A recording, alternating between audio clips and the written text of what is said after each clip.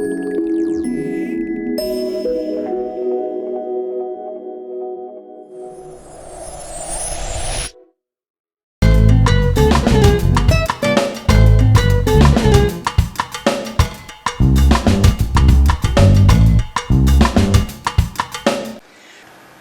so now we're all ready to make our pumpkin pie. We have a beautiful pie crust, a date and nut crust that we've just made. So simple. We've set that aside. We've collected all our ingredients that we're going to make the pumpkin pie with. We're going to use, actually not pumpkin, but butternut squash, although pumpkin works great too. They're interchangeable, but I like the flavor of butternut squash. It's easy to get and it's really delicious. And I have taken the liberty of starting this already. And I just wanted to mention about the butternut squash. It's actually quite easy to prepare. I just chop off the ends of it. It's kind of like long, gets bigger at the end. Chop off the ends, and then I just use a vegetable peeler and just peel the skin. The skin is very soft, and it'll just peel off with the vegetable peeler. So I just kind of hold it down on the table and just peel the whole thing. And sometimes it takes like 2 peelings just to get in close to the edge. So I had already started this one, so I just need to chop up the pieces a little bit more. But I took the liberty of going ahead on that. So we're going to use 3 cups of butternut squash, 1 cup of young Thai coconut. The young Thai coconut, in some places it's easy to get, but in some places it's not so easy, and I know a lot of places in Canada it's very hard to get the young Thai coconut. So if you can't get it, a very good substitute for this is a cup of cashews that you've soaked for a couple hours to soften them. And it's going to work pretty much the same way. So it's not a problem just to soak some cashews, 1 cup of cashews, soak them, they'll expand a little bit, but you can easily use that in place of this. I like the flavor of the young Thai coconut, but it doesn't change very much using the cashews. And I know somebody who does this also with almonds that have been soaked. So that's an idea too, soak your almonds well, and you could use that if you can't get the coconut.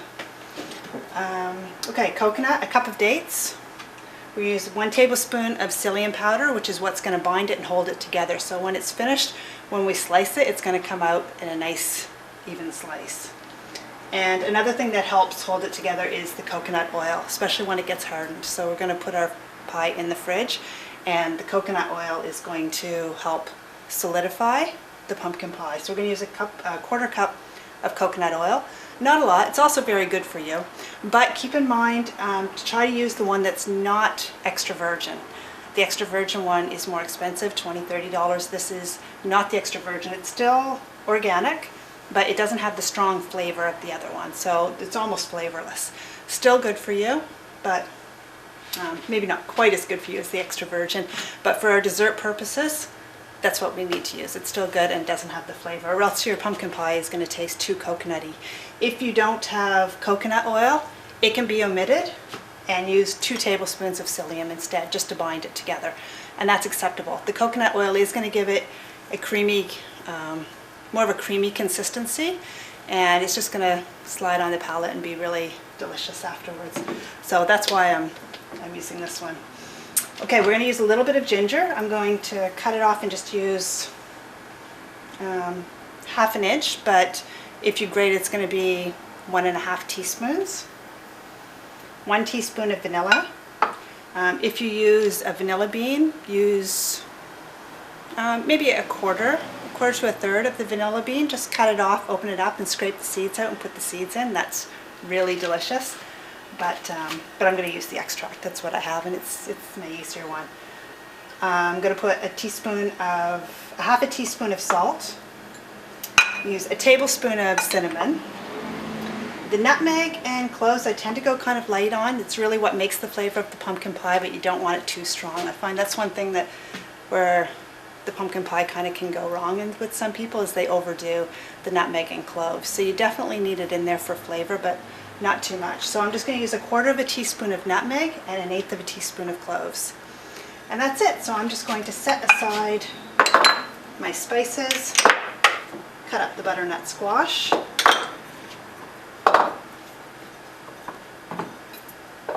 which I've started doing.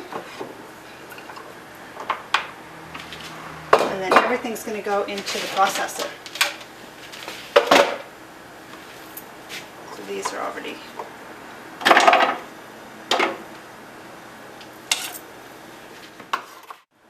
Now, one of the things with the pumpkin pie is to make it really smooth and creamy.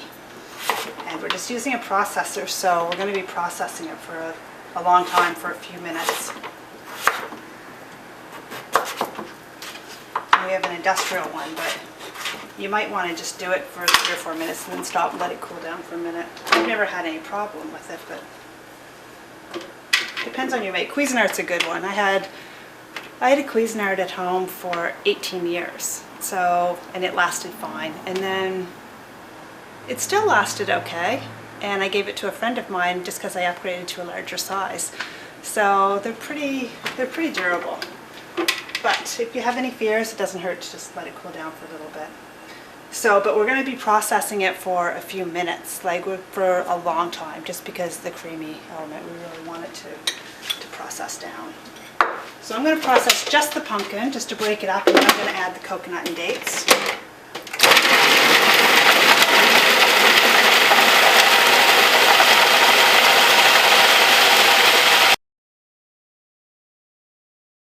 Okay, so now I'm going to scrape it down and add the rest of the ingredients. This really is so easy to make a pumpkin pie. I remember when I used to make cooked pies, and pumpkin pie was one of those things that, just out of laziness, I used to buy canned pumpkin. I can't even believe I did that before, but life changes, we change.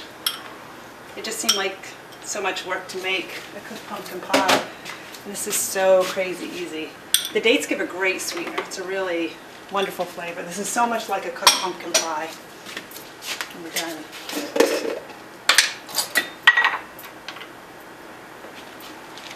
Okay, 1/4 cup. It's starting to soften. What's the white stuff you put in? This is the coconut oil. Before that. Oh, the young Thai coconut.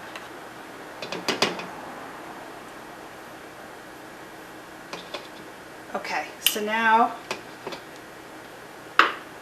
it's really oily. You can just like rub it all over your body. It's tempting. Okay, but not on camera. Okay, so young coconut oil. So now we've got our squash pumpkin. Our dates are our young Thai coconut, which could be cashews or almonds or even sunflower seeds. If you can't eat nuts and you have to substitute, that would work. Just soak them really well first so they get creamy, and it would work. It would work. Okay, so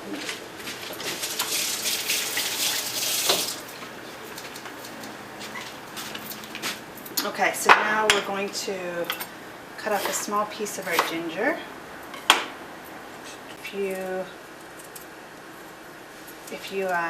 you just have a little bit of ginger and you just need to sparingly, I can get pretty close with this knife, but you can always use the back of the spoon and just scrape off the edges of the ginger. But we have an abundance of ginger, so we're totally fine. Let's just do it the quick, easy way. And I just chop it a little bit, just because I like to chop, but we're processing it, so. Put in the ginger. 1 teaspoon vanilla. 1 teaspoon, yeah. Just make sure I didn't get my salt and vanilla backwards. 1 teaspoon and a 1/2 teaspoon of salt. Yeah, that sounds right.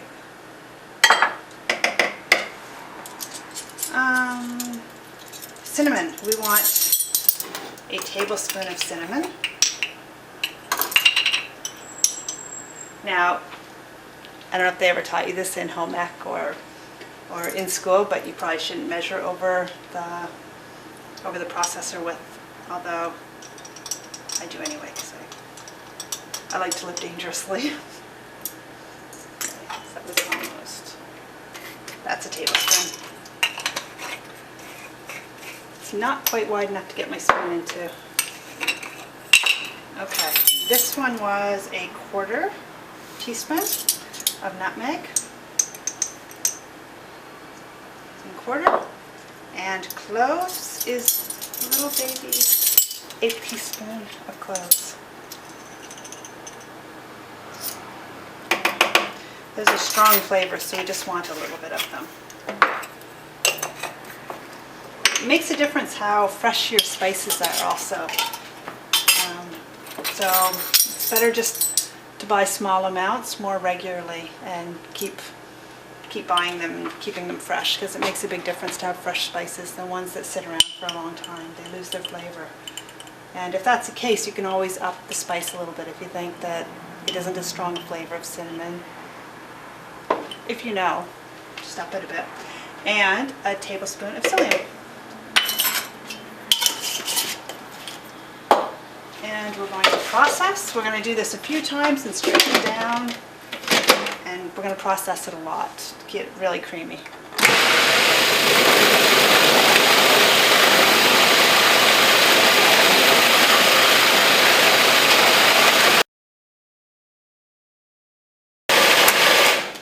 Okay, so that was a few minutes that we've had that. Probably processed 5 minutes, probably at least 5 minutes that we've had it processing. So it really does take a bit of time to get it creamy.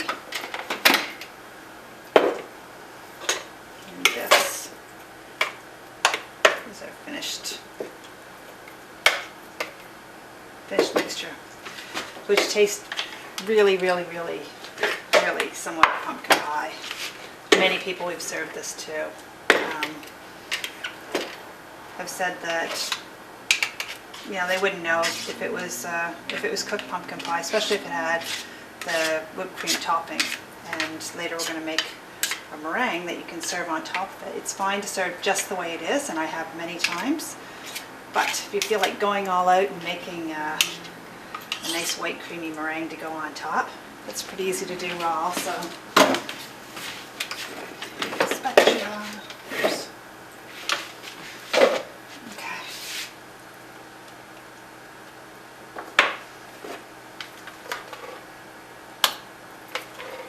I'm just going to take it out of here and put it into your crust. Ooh, we've made a lot. One full.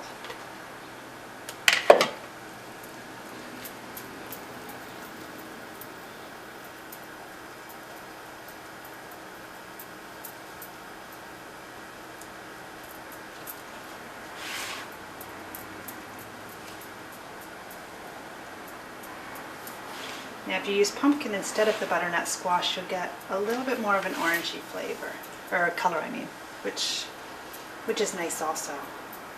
But the butternut squash really has a delicious flavor to it. You can also use sweet potatoes for this. Don't get quite the sweet potato pie. You do the same thing, just substitute sweet potatoes.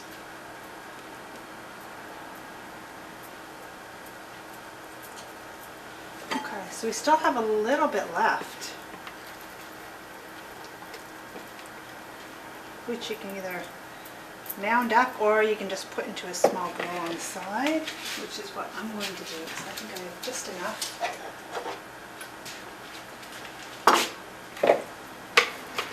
I'm just going to put my extra in here. And that way we can just taste test and enjoy it, just like this.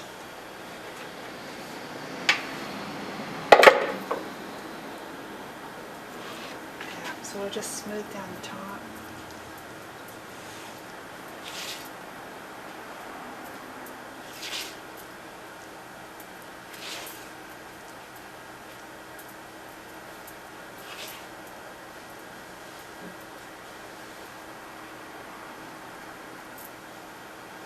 And there, now we have a really, really, really delicious pumpkin pie. That's it. Enjoy.